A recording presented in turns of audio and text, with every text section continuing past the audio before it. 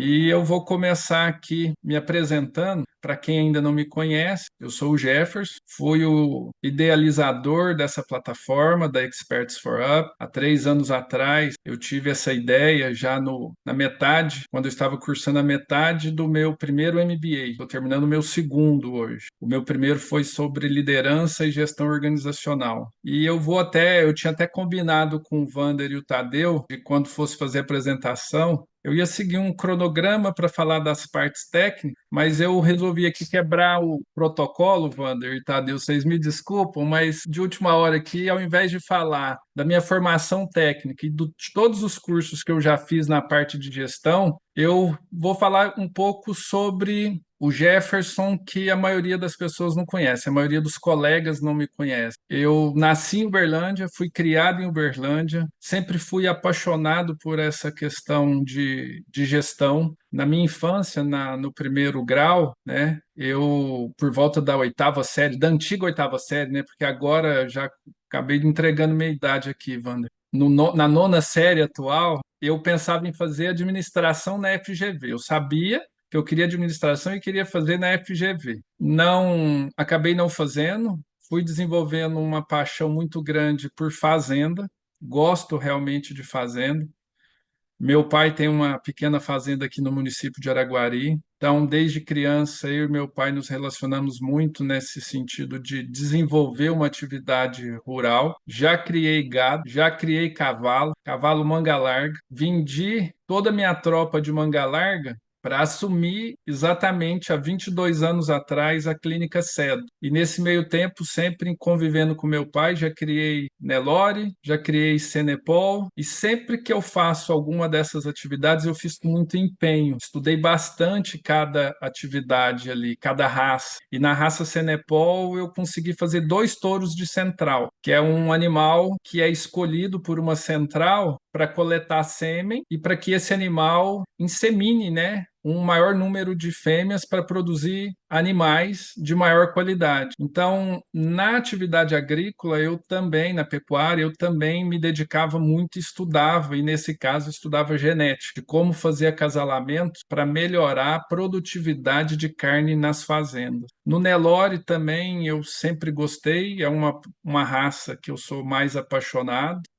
mas também abandonei essas criações porque não estava conseguindo conciliar a criação de gado com a dedicação que eu me empenhei na minha clínica de radiologia. Eu fiz uma escolha de dedicar 110% a essa atividade que a gente escolheu, todos nós aqui escolhemos sermos dentistas, trabalhar na área da odontologia por paixão, por convicção de que a gente tem um propósito, um objetivo de ajudar os pacientes reabilitando a saúde deles, né? E na radiologia, quando eu fiz a escolha pela radiologia, foi aceitando um convite do professor Durigueto, que era o dono da Cedro, e na época da Cedro, eles convidaram eu e a Ana Paula, minha esposa, minha companheira de vida, para a gente assumir a clínica deles, porque eles estavam enfrentando dificuldades. Então, eu também sei o que é pegar uma clínica com dificuldade financeira, uma clínica que deve dinheiro para o sócio, né, a PJ, devendo dinheiro para a pessoa física. Então, nesses 22 anos de clínica, a Clínica Cedro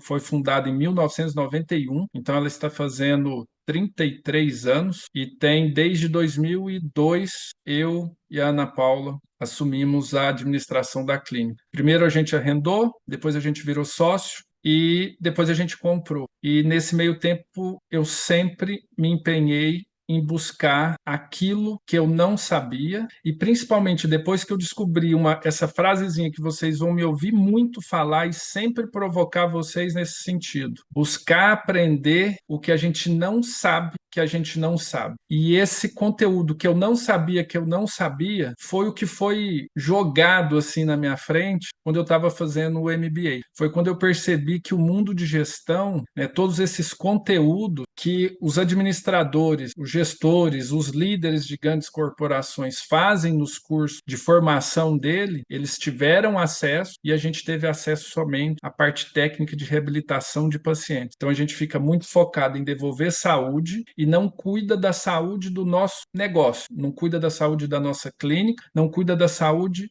de nós mesmos como profissionais, quando a gente, como pessoa físico-dentista, vende o nosso conhecimento e a nossa capacidade de reabilitar a saúde do paciente. Então, a gente não aprendeu e não foi direcionado exatamente para isso, para cuidar das nossas clínicas. Então, o propósito do Odonto Experts é para me ajudar como dono de clínica de radiologia, como dentista, a transformar a minha clínica num negócio. Agora, quebrando aqui um protocolo do currículo do Wander, ao invés de falar dele também na questão de qual é a formação técnica, eu puxei, a gente costuma brincar assim, quando a gente quer saber sobre a história da pessoa, a gente puxa a capivara do Wander. E eu puxei a capivara do Wander com os familiares dele para saber um pouco da história dele. Então, eu vou ler aqui para vocês o que o que eu consegui descobrir conversando com alguns familiares dele. Então, ele estudou em escola pública e começou a trabalhar muito cedo. E nisso, quando eu descobri, eu achei muito interessante, porque assim como ele, com 10 anos, começou a trabalhar na cantina da escola pública onde ele trabalhava, eu também já trabalhei vendendo picolé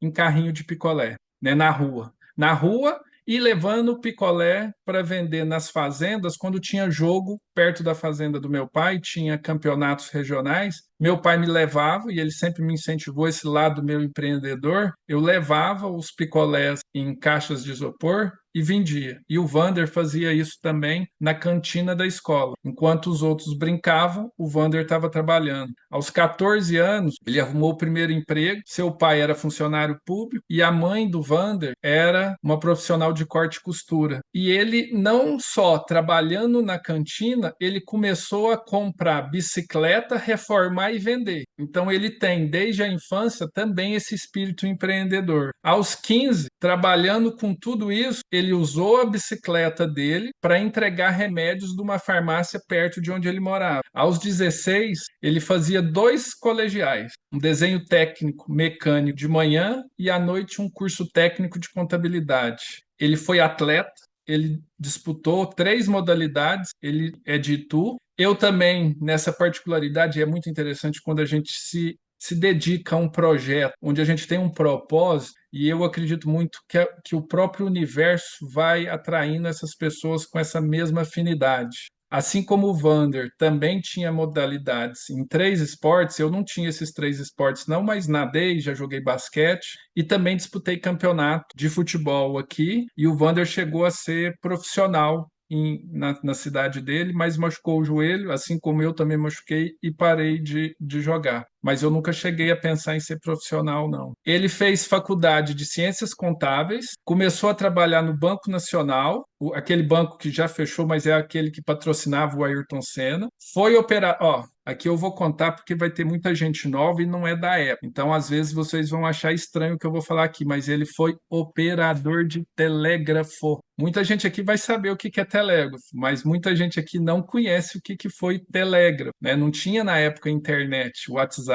Foi caixa, chefe de tesouraria e gerente de carteira rural no antigo Banco Nacional. Na faculdade, percebeu que para colocar em prática todos esses conteúdos que ele foi buscando, ele continuou estudando. Ele começou a dar aula sobre financeiro, ensinar as pessoas sobre matemática financeira, estudar os instrumentos de medição, e tudo aquilo que ele já praticava no banco, ele começou a ensinar, alugou uma sala, montou uma escola, montou um curso de treinamentos e cursos, fez matemática financeira, né, nesses cursos. Em meados de 1996, com a abertura do mercado e o Brasil, ele começou a trabalhar na Starrett.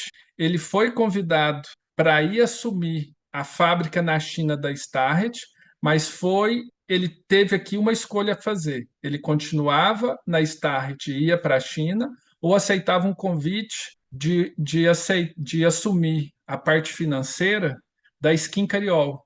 E nessa Skin Cariol, nesse processo que ele entrou na Skin Cariol, ele participou do crescimento durante 11 anos do crescimento de uma fábrica até 11 fábricas, e a Skin Cariol passou de 1.000 funcionários para 10.000 funcionários. E nesse período que ele ficou lá, que ele foi vice-presidente financeiro da Skin Cariol, eles conseguiram, no plano de ação, transformar a Skin Cariol na empresa mais lucrativa do segmento de bebidas do mundo. Então, ela era uma pequena cervejaria do Brasil, não tinha condições de competir com a Ambev na época e conseguiu se tornar a empresa mais lucrativa. E hoje o Wander vai falar muito sobre isso, percepção financeira e percepção econômica.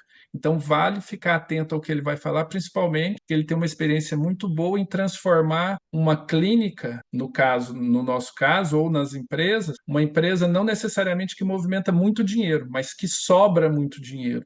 E isso, às vezes, é muito mais importante do que ter uma movimentação bancária muito grande. Então, ele fez pós-graduação, ganhou premiação na França como melhor líder, escolhido como melhor líder, numa época sem internet. Então, aqui tem, assim, um currículo muito grande que eu fui pesquisando e que vai ficar muito longo, tá? Mas eu quis trazer um pouco disso antes dele começar a apresentação dele, para mostrar essa parte que não é essa parte de currículo, de cursos de pós-graduação que a gente costuma fazer.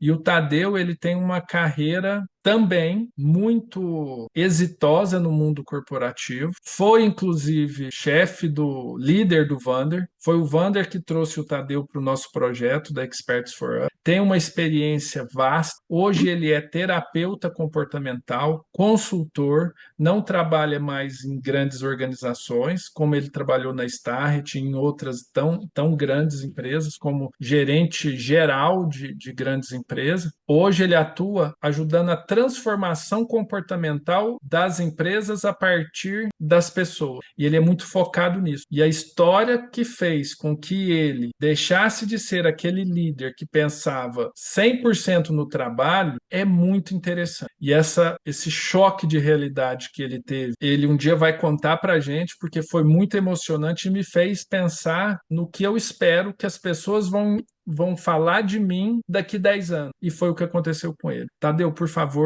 nos ajude aqui o que a gente precisa fazer no campo de gestão de pessoas, transformação comportamental desses nossos colaboradores para a gente mudar a realidade de 2024.